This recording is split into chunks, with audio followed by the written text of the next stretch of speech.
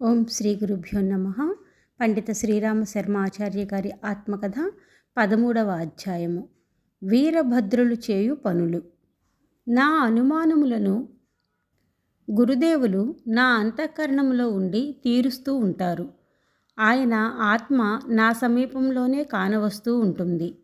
ఆర్ష గ్రంథముల అనువాదముల నుండి ప్రజ్ఞాపురాణ గ్రంథ రచన వరకు ఆయన మార్గదర్శకత్వం నాకు అనుక్షణం లభిస్తూనే ఉన్నది. నా వాక్కు ఆయన పలుకులనే పలుకుతుంది. గుర్రం ఏ విధంగా స్వారీ చేసేవాడి సంకేతాలకు అనుగుణంగా దిశను వేగాన్ని మార్చుకుంటుందో ఆ విధంగా గురుదేవుల ఆజ్ఞానుసారం నేను చేసిన ప్రతి పని జరుగుతున్నది. బ్యాటరీ ఛార్జీ చేయుటకు ఆయన నన్ను హిమాలయాలకు పిలిచినప్పుడు కూడా ఎక్కువ మాట్లాడరు. శానిటోరియంలో బలహీనుల ఆరోగ్యం బాగుపడుతుంది. హిమాలయాలలో నాకు అదే ప్రయోజనం లభిస్తుంది. గురుదేవులు ఎప్పుడూ నా పక్కనే ఉంటారు. నా అనుమానాలన్నీ తీరుస్తూ ఉంటారు. నేను ఏ మార్గంలో వెళ్ళాలి అనే మార్గదర్శకత్వం వహిస్తూ ఉంటారు. నేను పలికే ప్రతి మాట అది ఆయన వాక్కే. అదేవిధంగా నేను చేసే రచనల వెనుక కూడా గురుదేవులై ఉన్నారు అని శ్రీరామ శర్మ ఆచార్య గారు చెప్తున్నారు. ఈసారి సూక్ష్మీకరణ ప్రక్రియను, సాధనా విధిని పూర్తిగా అర్థం చేసుకున్నాను. ఏ విధంగా కుంతీదేవి దేవ సంతానాలకు జన్మనిచ్చినదో సరిగ్గా ఆ పద్ధతిని ఉపయోగించి నా పంచకోశములు అనగా అన్నమయ, ప్రాణమయ, మనోమయ, విజ్ఞానమయ, ఆనందమయ కోశాలను 5 స్వతంత్రమైన ఉనికి గల 5 వీరభద్రుల రూపంలో వికసింపచేయాలి. అందుకు అనుసరించవలసిన విధానాలను నేను పూర్తిగా అర్థం చేసుకున్నాను. ఈ 5 వీరభద్రులు పూర్తి సమర్థత పొందనంత వరకు నా వర్తమాన స్థూల శరీరాన్ని పక్షులకు గూడువలే ఉపయోగించుకొనమని ఆజ్ఞ ఇచ్చారు గురుదేవులు. నా పంచకోశాలు కూడా సాధన ద్వారా స్వయం ప్రతిపత్తిని అంటే స్వతంత్రమైన ఉనికి గలవిగా వీరభద్రుల రూపంలో వికసించే వరకు కూడా ఇప్పుడున్న స్థూల శరీరాన్ని పక్షులకు గూడు ఏ విధంగా ఉంటుందో ఆ విధంగా ఈ 5టికి కూడా నీ శరీరము ఒక గూడులాగా ఉండాలి అని గురుదేవులు ఆజ్ఞ ఇచ్చారు. గురుదేవుల ఆదేశాల ప్రకారం ఇందుకోసమై సావిత్రి సాధనా ప్రక్రియ ప్రారంభించబడింది. విధానం స్పష్టమైన వెంటనే దాని కొరకు అవసరమైన సాధనను మొదలుపెట్టాను. ఈ 5 వీరభద్రులకు ఏ పని ఇవ్వబడుతుంది, వారు ఏ విధంగా పనిచేస్తారు అనేది నాకు ఈ మధ్యనే తెలిసింది. ప్రపంచంలో ఈనాడు పలువురు ప్రతిభా సంపన్నులు ఉన్నారు. వారి ప్రతిభను ఇప్పుడు ఉపయోగపడుచున్న రీతిలో కాక మంచి వైపు మళ్లించగలిగితే అనేక గొప్ప పనులు తేలికగా జరిగిపోతాయి. వ్యతిరేక దిశలో వినియోగమవుతున్న ప్రతిభలను వెనక్కి మళ్లించి సత్కార్యముల వైపు త్రిప్పుటకు ప్రచండమైన శక్తి అవసరమవుతుంది. ఆ పని నా అంశాలైన వీరభద్రులు చేస్తారు. ప్రతిభా సంపన్నుల ఆలోచన విధానాలను మార్చగలిగితే అద్భుత ఫలితాలు సాధించవచ్చును. ఎప్పుడైనా సరే సమాజం ముందుకు పోవాలి అంటే, అభివృద్ధి జరగాలి అంటే ప్రతిభా సంపన్నులు ఎవరైతే ఉంటారో వాళ్ళ యొక్క పనులు కానివ్వండి, ఆలోచనలు కానివ్వండి, ఇవి సమాజం మీద ప్రభావం చూపుతాయన్నమాట. అంటే వాళ్ళు సమాజాన్ని ప్రభావితం చేయగలుగుతారు. కానీ ఇక్కడ ఏం జరుగుతుంది అంటే చాలామంది ప్రతిభా సంపన్నులు అనేక రంగాలకు సంబంధించిన వాళ్ళు ఆయా రంగాలలో మంచి వైపు కృషి చేయకుండా వాళ్ళ ప్రతిభను, వాళ్ళ తెలివితేటల్ని అంతటిని కూడా చెడు వైపుకు మళ్ళిస్తున్నారు.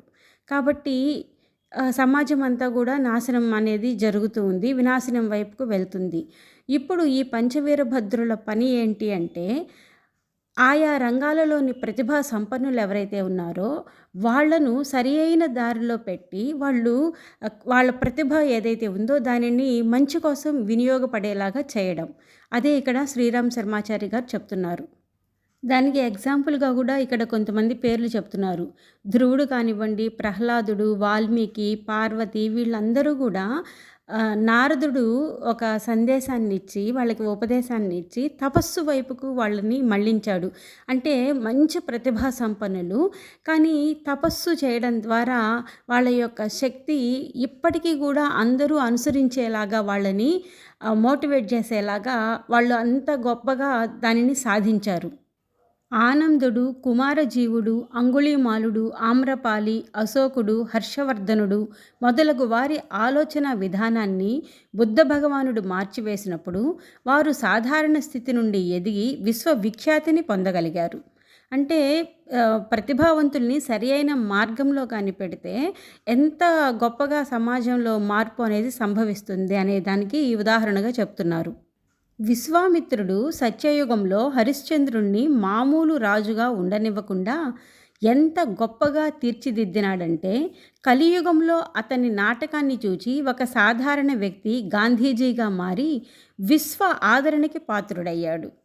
సంత్ విఠోబా ప్రేరణ వల్ల మహా పిసినారి అయిన భామాషా తన మొత్తం ఖజానాను మహారాణా ప్రతాప్కు స్వతంత్రతా సంగ్రామమునకు ఇచ్చివేశాడు. ఆదిశంకరుల ప్రేరణ వల్ల మాంధాత దేశం నలుమూలలా మఠాలు స్థాపించారు. సమర్థ గురు రామదాస్ ప్రేరణ లేకపోయి ఉంటే శివాజీ తన స్వశక్తితో అంత పని చేయగలిగి ఉండేవాడు కాదు. నరేంద్రుని వెంటబడి రామకృష్ణ పరమహంస అతనిని వివేకానందునిగా మార్చివేశాడు. గోపీచందురాజు మనస్సును వైరాగ్యం వైపు త్రిప్పడానికి భర్తృహరి కారకుడయ్యాడు. చరిత్రలో ఆధ్యాత్మవేత్తల ప్రభావం వల్ల భౌతిక సుఖాల ఆకర్షణలను వదిలి అనేక మంది ప్రతిభా సంపన్నులు, సాధారణ వ్యక్తులు మహామానవులుగా మారిపోయారు. నా స్వీయ చరిత్ర కూడా అంతే. గురుదేవులు నా జీవిత ధారను పూర్తిగా మార్చివేసి ఉండకపోతే నేను నా కుటుంబ వృత్తి అయిన పౌరోహిత్యాన్ని చేసుకుంటూ జీవితాన్ని గడిపివేసి ఉండేవాణ్ణి. ఈనాడు నేనున్న స్థితికి ఎదగగలిగి ఉండేవాణ్ణి కాను. యుగ పరివర్తన కొరకు అనేక రకాల ప్రతిభలు కావలసి ఉన్నవి. తమ తర్క ప్రమాణాలతో ప్రజలలో కొత్త ఆలోచన పద్ధతిని విస్తరింపచేయగలిగే మేధావులు కావాలి. తమ భక్తి సంగీత ధారలతో చైతన్య మహాప్రభువు, మీరాబాయి, సూరదాసుల వలె భావనలను అత్యున్నత రసాత్మక స్థితికి తీసుకొని వెళ్ళగలిగే కళాకారులు కావాలి. తమ సర్వస్వాన్ని విలాసాలలో ఖర్చు చేయకుండా సమయానుకూలంగా లోకహితం కోసం వెచ్చించగలిగే ధనవంతులు కావాలి. తమ ప్రభావం వల్ల ప్రజలను ఆదర్శ జీవితం వైపు మళ్లించగలిగే గాంధీ, కార్ల్ మార్క్స్, రూసోల వంటి రాజనీతిజ్ఞులు కావాలి. ఇక ఉత్తమ భావనలు కలిగిన మహాత్ముల గురించి ఏమీ చెప్పవలసిన అవసరం లేదు. వారి ఉనికి వల్లనే అనేకులు స్వభావాలు, ఆదర్శాల వైపు సునాయాసంగా మళ్ళీపోయాయి. అంటే చాలామంది యొక్క స్వభావము, వాళ్ళ భావనలు అన్నీ కూడా ఇలాంటి మహాత్ముల యొక్క ఉనికి వల్ల, వాళ్ళ ఆలోచనల వల్లే కరెక్ట్ దారిలో ఉన్నాయి అని చెప్తున్నారు. ఇన్నాళ్ళు నా జీవితంలో నేను చేసినది ఇదే. లక్షల మంది వ్యక్తుల ఆలోచన పద్ధతులలో మార్పు తీసుకొని వచ్చి లోక కళ్యాణ కార్యాలలో తమ సర్వస్వాన్ని అర్పించగలిగే మానసిక దక్షత వారిలో తీసుకొని వచ్చాను. నా స్థూల శరీరమే ఇంత పెద్ద పని చేయగలిగినప్పుడు నా ఆత్మ అంశములైన వీరభద్రులు ఇంతకంటే అనేక రెట్లు ఎక్కువ పనిని ఖచ్చితంగా సాధించగలుగుతారు. రాబోయే రోజులలో అనేక రకాల దుష్ప్రవృత్తులను సమూలంగా పెకలించి ధ్వంసం చేయవలసి ఉన్నది. దీనికోసం కౌరవుల అక్షౌహిణీ సేనలను సర్వనాశనము చేసిన గాంధీవధారి అర్జునుని వంటి వారు అనేకులు కావలసి ఉన్నారు. తన తోకతో రాక్షసులకు కేంద్రమైన లంకను కాల్చివేయగలిగే హనుమంతులు కావలసి ఉన్నారు. ఈ మార్పు అంతఃకరణమును మార్చుట వల్లనే సాధ్యమవుతుంది. అబ్రహాం లింకన్, జార్జ్ వాషింగ్టన్ అతి హీనస్థితిలో ఉన్న కుటుంబాలలో జన్మించారు. కానీ తమ జీవన ప్రవాహ దిశను పూర్తిగా మార్చివేసి తమ దేశపు రాష్ట్రపతి పదవిని అలంకరించారు. ప్రతిభాహీనుల సంగతి వదిలివేద్దాము. వారు తమ శక్తిని, బుద్ధిని చిన్న చిన్న కార్యాలకు వినియోగించుకుంటూ కాలం గడిపేస్తారు. కానీ భావనాశీలురు తమ పరాక్రమంతో కాలగతినే మార్చివేసి ఎంతో ప్రగతిని సాధించగలుగుతారు. స్వామి దయానంద, శ్రద్ధానంద, రామతీర్థుల వంటి వారు తమ జీవన దిశను మార్చుకొని తాము ఉచ్చస్థితికి పొందుటయే కాక అనేకుల జీవితాలలో విలక్షణమైన మార్పులను తీసుకొని రాగలిగినారు. అంటే వాళ్ళు ఉన్నతులు అవడమే కాదు, ఇక ప్రజలను కూడా ఉన్నతులుగా చేసే మార్గాలను వాళ్ళు సృష్టించి ఆ విధంగా ప్రజలందరినీ కూడా ముందుకు నడిపారు ఈ మహాత్ములందరూ కూడా అని చెప్తున్నారు. ఈనాడు ప్రతిభావంతులు విలాసమైన జీవితాన్ని గడుపుతూ ఊహాలోకాలలో జీవిస్తూ తమ అహంకారాన్ని పుష్టి చేసుకుంటున్నారు. ఈ రోజుల్లో పరిస్థితి ఈ విధంగా ఉంది అంటున్నారు. తమ సామర్థ్యాన్ని, ఐశ్వర్యాన్ని పూర్తిగా విలాసాలకు మాత్రమే అంకితం చేస్తున్నారు. వీరిలో ఎవరైనా తమ జీవిత విధానంలో విలాసాలకు కాక ఆదర్శాలకు ప్రాముఖ్యతనిస్తే వారి జీవితాలు అద్భుతంగా మార్పులు చెందుతాయి. ఏ ప్రతిభను ఏ విధముగా మార్చి ఏ కార్యము చేయించాలో నా వీరభద్రులు నిర్ణయిస్తారు. ప్రపంచ యుద్ధం ద్వారా ప్రపంచాన్ని సమూలంగా ధ్వంసం చేయాలని ఆలోచించే వారి మనస్సులు మారిపోతాయి. నాశనము చేయడానికి ఉపయోగించబడే బుద్ధి, శక్తి, ఐశ్వర్యము అభివృద్ధి పథకాలకు వినియోగింపబడతాయి. మానవుల స్వభావం మారిపోతే సర్వనాశనం బదులు పృథ్వీ మీద స్వర్గం వెలుస్తుంది. చేయాల్సింది, కావాల్సింది మనుషుల యొక్క స్వభావాలు మార్చడమే. వాళ్ళ యొక్క స్వభావాలు మారి ఆ చెడ్డతనం అనేది పోయి, దుష్ప్రవృత్తులు అనేవి పోయి మంచిగా మారితే చాలు, ఆటోమేటిక్గా పృథ్వీ అనేది స్వర్గంగా మారుతుంది అని చెప్తున్నారు. భ్రష్టమైన మేధావి మనసు అతని పోకడలను కూడా భ్రష్టం కావిస్తున్నది. అంటే ఒక మేధావి చెడ్డవాడైనప్పుడు అతను చేసే పనులు కూడా చెడ్డవిగానే ఉంటున్నాయి. వారు తాము సంపాదించిన మొత్తాన్ని అవాంఛనీయ కార్యాలలో వినియోగిస్తున్నారు. వారి ఆలోచన విధానాలు మారిపోతే వారి కార్యాచరణ మారిపోవటయే కాక వారిని అనుసరించే లక్షలాది వ్యక్తుల జీవితాలు ధన్యమవుతాయి. అంటే వాళ్ళకి ఫాలోవర్స్ కూడా ఉంటారు వాళ్ళ ప్రతిభను బట్టి. కాబట్టి వాళ్ళు మంచిగా ఉంటే వాళ్ళని ఫాలో అయ్యే చాలామంది కూడా మంచిగా మారిపోతారు అని చెప్తున్నారు. యుగ పరివర్తన సునాయాసంగా జరుగుతుంది. కాబట్టి మేధావి వర్గంలో కూడా మార్పు అనేది రావాలి. వాళ్ళ తెలివితేటల్ని మంచి కోసం వినియోగించాలి. అప్పుడు యుగ పరివర్తన సునాయాసంగా జరుగుతుంది అని చెప్తున్నారు. ఈనాడు నేను చేస్తున్న సూక్ష్మీకరణ సాధన వల్ల తయారైన అదృశ్య వీరభద్రులు నిశ్శబ్దంగా అనేకుల అంతఃకరణాలలో ప్రవేశించి వారి అవినీతిని వదలగొట్టి వారు ధన్యులయ్యేటట్లు, ఉపయోగపడే మణి మాణిక్యాలయ్యేటట్లు చేస్తారు. ఈనాడు అసంభవం అనిపించే యుగ పరివర్తన ఆనాడు చాలా సులభంగా సాధ్యపడుతుంది. మనీషిగా నేను నిర్వహించిన పాత్ర. మనిషి తన ఆంతరిక శక్తి సహాయంతో ఉద్ధరణ పొందుతాడు. తపస్సు, క్షమ, విద్య, మహనీయుల సాన్నిధ్యం, సలహా కూడా ఇందులో అతి ముఖ్యమైన పాత్ర నిర్వహిస్తాయి. కాలపురుషుని ద్వారా స్ఫూర్తి పొంది ఒక ప్రత్యేక సమయంలో సమాజం యొక్క ఊహాశక్తిని, మనస్సును, హృదయాన్ని అత్యధికంగా ప్రభావితం చేసిన ఒక మహత్తర మహోదాత్త ఆదర్శం యొక్క అప్రతిహతము, విజిగీషువు అయిన శక్తితో తమను తాదాప్యం చేసుకున్నట్లయితే ఏమాత్రం యోగ్యత లేని మామూలు మనుషులు సైతం వీరోచితంగా వ్యవహరించి తమకు అసాధ్యమైన కార్యాలను సాధించడం కూడా కానవస్తుంది. మనిషి తన ఆంతరిక శక్తి ఏదైతే ఉందో దానిని పెంపొందించుకోవాలి. తద్వారానే ఉద్ధరణ అనేది పొందగలుగుతాడు. మహనీయుల యొక్క సాన్నిహిత్యంలో ఉంటూ వాళ్ళ సలహాలను పాటిస్తూ వారు చెప్పిన పనులను, సాధనలను ఇవన్నీ కూడా కరెక్ట్గా చేస్తూ ఉంటే కూడా మనిషి ఉద్ధరింపబడతాడు. ఆ మహాత్ముల ప్రభావం వలన వీళ్ళ యొక్క శక్తిని లోక కార్యాల కోసం, అంటే మంచి పనుల కోసం వినియోగించినట్లయితే మామూలు వ్యక్తులు కూడా గొప్ప కార్యాలను సాధించి చూపగలుగుతారు. ప్రాచీన కాలంలో మనుషులు, మునులు ఈ పాత్రను నిర్వహించేవారు. వారు యుగ సాధనలో నిమగ్నమయ్యేవారు. కళాన్ని, గళాన్ని సమర్థవంతంగా ప్రయోగించి ప్రజల ఆలోచనలను ఉదాత్తం చేసేవారు. ప్రజలకు స్ఫూర్తిని ప్రసాదించేవారు. అలాంటి సాధకులు ఎందరో మహనీయులను తయారు చేశారు. వారిలో నిద్రాణమై ఉన్న శక్తులను మేల్కొల్పారు. వారిని సరియైన దిశలో మలిచారు. సమాజంలో అత్యవసరమైన మార్పులను తీసుకువచ్చారు. అలాంటి వ్యక్తులు పైకి మామూలు వ్యక్తులుగా కానవచ్చినా ఆత్మ యొక్క ఔన్నత్యం, కుశాగ్రమైన మేధాశక్తి, సంస్కరించబడిన భావనలు, ఉన్నతోన్నత ఆదర్శాలకు అంకితం కావడం వంటి లక్షణాలలో వారు మహోన్నతులుగా వెలుగొందారు. మునులు, ఋషులు ఆధ్యాత్మిక రంగంలో రెండు తరహాల ప్రతిభావంతులు. అంటే ముని చేసే పని ఏంటి, ఋషి చేసే పని ఏంటి? ఆధ్యాత్మిక రంగంలో వీళ్ళ ఇద్దరు కూడా రెండు రకాల ప్రతిభలను చూపిస్తారు అని చెప్తున్నారు. తపస్సు చేస్తూ ఆధ్యాత్మిక పరిశోధన జరుపుతూ తద్వారా సామాన్య ప్రజలకు మార్గదర్శనం చేసేవారు ఋషులు. అంటే వీరు తపస్సు చేస్తారు, ఆధ్యాత్మిక పరిశోధన కూడా చేస్తారు అని చెప్తున్నారు.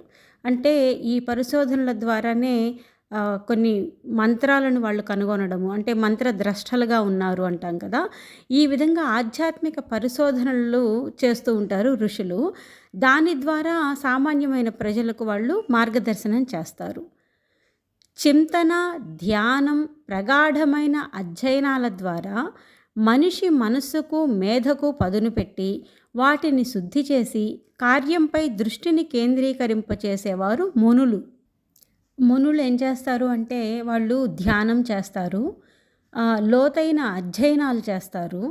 అదేవిధంగా చింతన, ఆలోచనలు భగవత్ సంబంధమైనవి, లోక కళ్యాణకరమైనవి ఈ విధంగా చేస్తూ అంటే చింతన, ధ్యానము, ప్రగాఢ అధ్యయనము ఇవన్నీ చేస్తూ వాటి ద్వారా మనిషి మనస్సు, మేధ వీటికి పదును పెడతారు. వాళ్ళని శుద్ధి చేసి మంచి కార్యాల వైపు వాళ్ళ దృష్టి కేంద్రీకరించేలాగా మునులు చేస్తారు. ఋషి ధార్మికతకు చిహ్నమైతే ముని తేజస్సుకు చిహ్నం. తాము అత్యంత పరిశుద్ధులుగా రూపొందడానికై వారిద్దరూ తీవ్రమైన తపస్సు, సాధన జరపవలసి వచ్చేది. తద్వారా ఆధ్యాత్మిక బలాన్ని, విస్తృతిని సాధించి ప్రజల మనస్సు, హృదయాల వైఖరులను పూర్తిగా మార్చగలిగేవారు. కాబట్టి వాళ్ళ తపశ్శక్తి ద్వారా, సాధనల ద్వారా ఆధ్యాత్మిక బలాన్ని పెంపొందించుకొని వాళ్ళు ఏం చేసేవాళ్ళంటే ప్రజల యొక్క మనస్సులను, హృదయాలను, అంటే ఆ వైఖరి ఏదైతే ఉందో వాళ్ళ వైఖరిని పూర్తిగా మార్చి సరైన దారిలో నడిపేవారు. మునులకు భౌతికమైన వనరులను, సాధనాలను వినియోగించే స్వేచ్ఛ ఉన్నది. ఋషులకు అది అవసరం లేదు. వారు సూక్ష్మ రూపంలో కూడా పనిచేయగలరు. అక్కడ నుండి తమ శక్తులను ప్రయోగించి వాతావరణాన్ని ఉదాత్తమైన సంస్కారాలతో పొంగి పొరలేటట్లు చేయగలరు. ఇక మనసును అదుపులో ఉంచుతూ తమ మనస్సు యొక్క స్పందనల వల్ల ప్రభావితుడు కాక మనస్సును నడిపిస్తూ ఉండే మహాప్రజ్ఞావంతుడు మనీషి. అతని ప్రజ్ఞ మనీషా. మనీషా అస్తి ఏషాం తే మనీషిణః అని ధర్మశాస్త్రాలు చెబుతున్నాయి. అయితే మనీషినస్తు భవంతి పావనాని న భవంతి అని కూడా చెప్పబడింది. అనగా సునిశితమైన మేధాశక్తి కలిగిన మనీషులు పలువురున్నారు. అయితే వారు పుణ్యమూర్తులుగా, పవిత్రులుగా ఉండకపోవచ్చు. ఒక వ్యక్తి కుశాగ్ర బుద్ధి కావచ్చు. అయితే బుద్ధి బలంతో పాటు పవిత్రము, నిర్మలము అయిన ఆంతరిక చైతన్యం కూడా కలిగి ఉండడం మరో విషయం. నేడు దేశమంతటిలో సంపాదకులు, మేధావులు, రచయితలు, పరిశోధకులు, శాస్త్రవేత్తలు ఎందరో ఉన్నారు. కానీ వారు మనీషులు కారు. ఎందువల్ల? అంతఃప్రక్షాళన ద్వారా పవిత్రతను సంపాదించడానికై వారు తపస్సు చేయలేదు కనుక. ఇక్కడ ఏం చెప్తున్నారంటే మనసును అదుపులో ఉంచుకోగలిగిన వాళ్ళు తమ మనసు యొక్క స్పందనలు ఏవైతే ఉంటాయో వాటికి ప్రభావితులుగా కాకుండా స్టెబిలిటీగా ఉండగలిగిన వారు, ఇలాంటి వాళ్ళు ప్రజ్ఞావంతులైన మనీషి అని అనబడతారు. అంటే వీరు మనసు చెప్పినట్లు ఆట ఆడకుండా వీరే మనసును కంట్రోల్లో పెట్టుకోగలిగిన వాళ్ళై ఉంటారు. అలాంటి వారి యొక్క ప్రజ్ఞ మనీషా అని అనబడుతుందని చెప్తున్నారు. అయితే ప్రతిభావంతులు, సునిశితమైన మేధాశక్తి కలిగిన వాళ్ళు, ఇలాంటి మనుషులు చాలామందే ఉంటారు. కానీ వాళ్ళందరూ కూడా పుణ్యమూర్తులుగా, పవిత్రులుగా ఉండకపోవచ్చు. అంటే ఒక వ్యక్తి మంచి కుశాగ్రమైన బుద్ధి కలిగిన వాడై ఉండవచ్చు. కానీ బుద్ధి బలంతో పాటు అతని పవిత్రత, నిర్మలత్వము, అంటే ఆంతరిక చైతన్యం ఏదైతే ఉందో అవి ఇలాంటి మంచి భావనలతో నిండి ఉండాలి. అలా లేనప్పుడు వాళ్ళు ఎంత మేధావులైనప్పటికీ కూడా ప్రజలకి, సమాజానికి వాళ్ళ యొక్క మేధాశక్తిని సరిగ్గా వినియోగించుకునేలాగా ఇవ్వలేరు. అంటే అది మంచి కార్యాలకు ఉపయోగపడకపోవచ్చు. అందుకే ఇక్కడ ఏమంటున్నారంటే, నేడు దేశమంతటిలో సంపాదకులు, మేధావులు, రచయితలు, పరిశోధకులు, శాస్త్రవేత్తలు ఎందరో ఉన్నారు. ఈ విధంగా పరిశోధకులు కావాలన్నా, శాస్త్రవేత్తలు కావాలన్నా, రచయితలు, మేధావులుగా కావాలన్నా, ఇంతింత గొప్ప స్థానాలను సంపాదించాలి అంటే నిజంగా కుశాగ్ర బుద్ధి కలిగిన వాళ్ళైతేనే ఆ స్థాయిలో ఉండగలుగుతారు. కానీ వారు మనీషులు కారు. ఎందువల్ల? అంతఃప్రక్షాళన ద్వారా పవిత్రతను సంపాదించడానికై వారు తపస్సు చేయలేదు కనుక అని చెప్తున్నారు. అంటే అంతఃప్రక్షాళన అనేది జరగాలి. ఆ పవిత్రత సంపాదించడానికి ఒక తపస్సు అనేది వాళ్ళలో జరగాలన్నమాట. అదే లోక కళ్యాణకరమైన కార్యాలను వాళ్ళ మేధాశక్తి ఉపయోగపడేలాగా చేస్తుంది. ఈనాడు గ్రంథాలకు, సారస్వతానికి కొదవలేదు. ఈ రోజుల్లో కోకొల్లలుగా ప్రచురితమవుతున్న వార్తాపత్రికలు, ఇతర పత్రికలను చూస్తే మనీషుల సంఖ్య, పాఠకుల సంఖ్య ఎన్నో రెట్లు పెరిగినట్లు కనబడుతుంది. మరి ఈ ప్రచురణలు పాఠకుల మనస్సులపై సత్ప్రభావాన్ని ఎందుకు చూపడం లేదు? పావనాని న భవంతి అనే పై సూక్తిలో ఇందుకు కారణం స్పష్టంగా కానవస్తుంది. ఆలోచనలను, భావనలను ఉదాత్తం చేసి శుద్ధి చేసే సారస్వత సృష్టి జరిగి ప్రచురితమైతే సమాజంలో ఇంతటి వికృతి, ఇంతటి అరాచకం ప్రబలి ఉండేవి కావు. దైనందిన సమస్యలకు సరైన పరిష్కారం యుగ మనీషుల చేతుల్లో ఉంది. దైనందిన సమస్యలకు సరైన పరిష్కారం చూపగలిగే ఈ యుగ మనీషులు ఎవరైతే ఉన్నారో వీరు ఏ విధంగా ఉండాలి అంటే, కుశాగ్రమైన బుద్ధి కలిగిన మేధావులై ఉండాలి. అంతేకాకుండా వాళ్ళ అంతఃకరణలు ఏవైతే ఉన్నాయో అవి ప్రక్షాళన జరిగి పవిత్రత సంపాదించినవై ఉండాలి. ఇలాంటి వారు కావాలి ఇప్పుడు సమాజానికి. నేను ఇంతకు ముందు చెప్పినట్లు ఆలోచనలు, భావనల శుద్ధీకరణ ద్వారా నవయుగం అవతరిస్తుంది. రక్తాన్ని చిందించడం ద్వారా కాక, మనిషి మనస్తత్వంలో తిష్టవేసి ఉన్న క్షుద్ర ప్రవృత్తులను, ఆలోచనలను తొలగించి వాని స్థానంలో విశుద్ధములు, ఉదాత్తములు, ఉద్ధారకములు అయిన ఆలోచనలను, భావనలను నిర్మించడం ద్వారా విప్లవం వస్తుంది. మరింత ఉదాత్తము, సమున్నతము అయిన కొత్త సమాజం నిర్మాణం కావాలంటే ధార్మిక ఆలోచనలను, భావనలను నాటవలసి ఉంటుంది. ప్రస్తుత సమాజం అతి నికృష్టంగా ఉండడానికి బాధ్యులు మేధావి వర్గం అని పిలువబడే వర్గం వారే. విద్వేషం, వైషమ్యం, జాత్యహంకారం, అపారమైన రక్తపాతం అన్నింటినీ సృష్టించడంలో ఈ మేధావి వర్గం ప్రముఖ పాత్ర వహించింది. ఈ మేధావి వర్గం ధర్మ పదాన్ని అనుసరించి ఉంటే, వారి హృదయాలు నిర్మలంగా ఉంటే, వారి తపస్సు ద్వారా పునీతులు అయి ఉంటే, వారు విజ్ఞాన శాస్త్ర సాఫల్యాలను నిర్మాణాత్మకంగా మలచి వర్షించి ఉండేవారు. ఉన్నత ప్రమాణాలు కలిగిన స్ఫూర్తిదాయకమైన సారస్వతాన్ని సృష్టించి ఉండేవారు. శక్తి ఉంది, తెలివితేటలు ఉన్నాయి, కానీ మంచి మనస్సు కూడా కావాలి. అదే కానీ ఉంటే ఆ మేధాశక్తికి, వాళ్ళకు ఉండే అనంతమైన శక్తికి ప్రజలు సరైన మార్గంలో ఈ విద్వేషాలు, వైషమ్యాలు, జాత్యహంకారాలు, ఇలాంటి రక్తపాతాలు ఏమీ లేకుండా చక్కగా ఉండేవారు. నిట్సే యొక్క నియంతృత్వ సిద్ధాంతం ఏదైతే ఉందో దానిని అమలు చేయాలి అని హిట్లర్ అనుకున్నప్పుడు మొట్టమొదట జర్మన్ ప్రజలందరి మనస్సులను దానివైపు మళ్లించాడు. అధ్యాపకులు, శాస్త్రవేత్తలు నాజీయిజానికి ప్రబల సమర్థకులుగా మారారు. దేశంలోని పాఠ్య ప్రణాళికల ద్వారా, వార్తాపత్రికల ద్వారా మెయిన్ క్యాంప్ గ్రంథంలోని ఈ వ్యతిరేకాత్మక సిద్ధాంతాన్ని ప్రచారం చేశారు. జాతి యావత్తు ఈ పిడివాదానికి బలి అయింది. మా జాతి అన్ని జాతుల కన్నా గొప్పది అనే ఈ ఉన్మాదం ఫలితంగా దారుణ మారణ హోమం జరిగింది. అంతేకాదు, చివరికి జర్మనీ నాశనమైంది. ఈ మనిషకు సరి అయిన దిశ ఇచ్చి ఉంటే, అంటే ఎంత మేధావితనం లేకపోతే ఇంతమంది ప్రజలను తప్పుదారి పట్టించి వాళ్ళు అనుకున్నది చేయగలుగుతారు. కానీ ఆ మేధావితనం అనేది సరి అయిన మార్గంలో మంచి కోసం కానీ వినియోగించి ఉంటే జర్మనీ అపూర్వమైన వైభవాన్ని, సర్వతోముఖ ప్రగతిని సాధించి ఉండేది.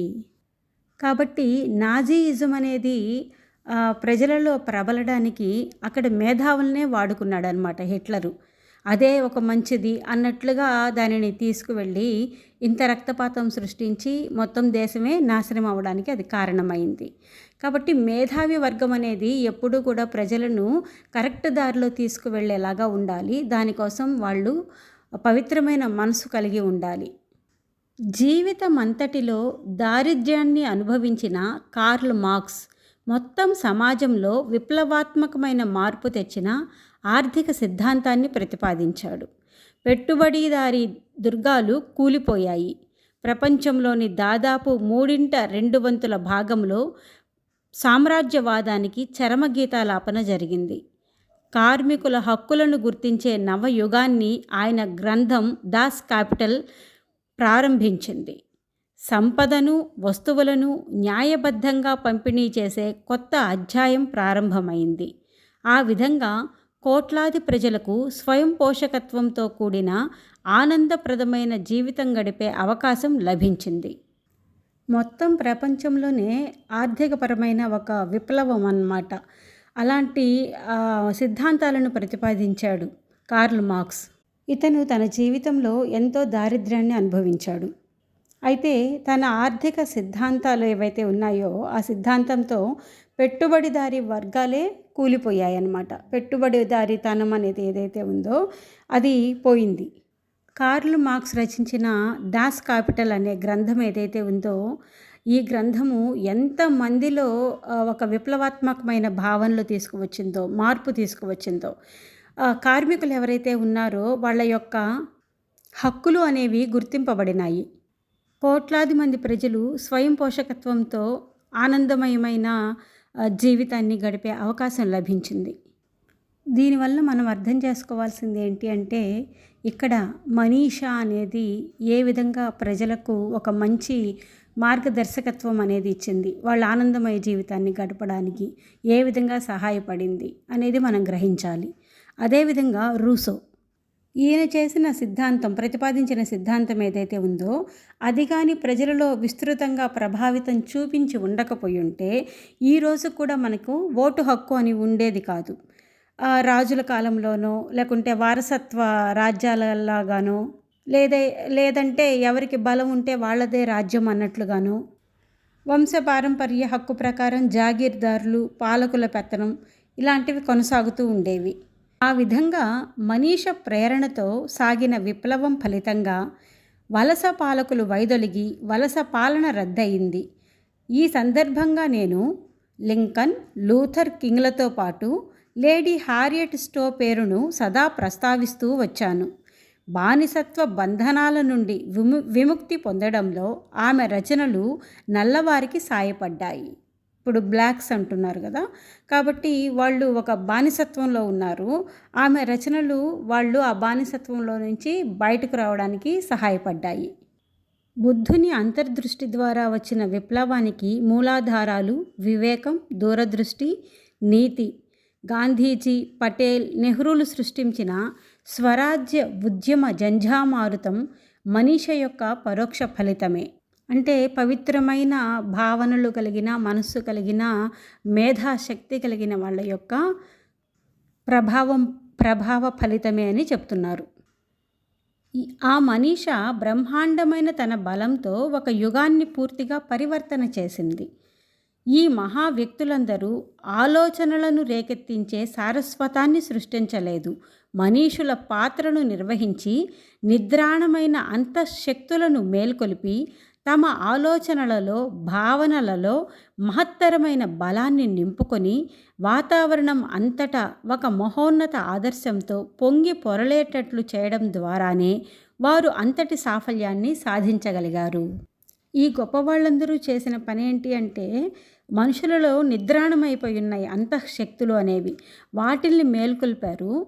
వాళ్ళలో ఆలోచనలు, భావనలు ఇవన్నీ కూడా మహత్తరంగా బలం పుంజుకునేలాగా ఒక వాతావరణాన్ని సృష్టించారు.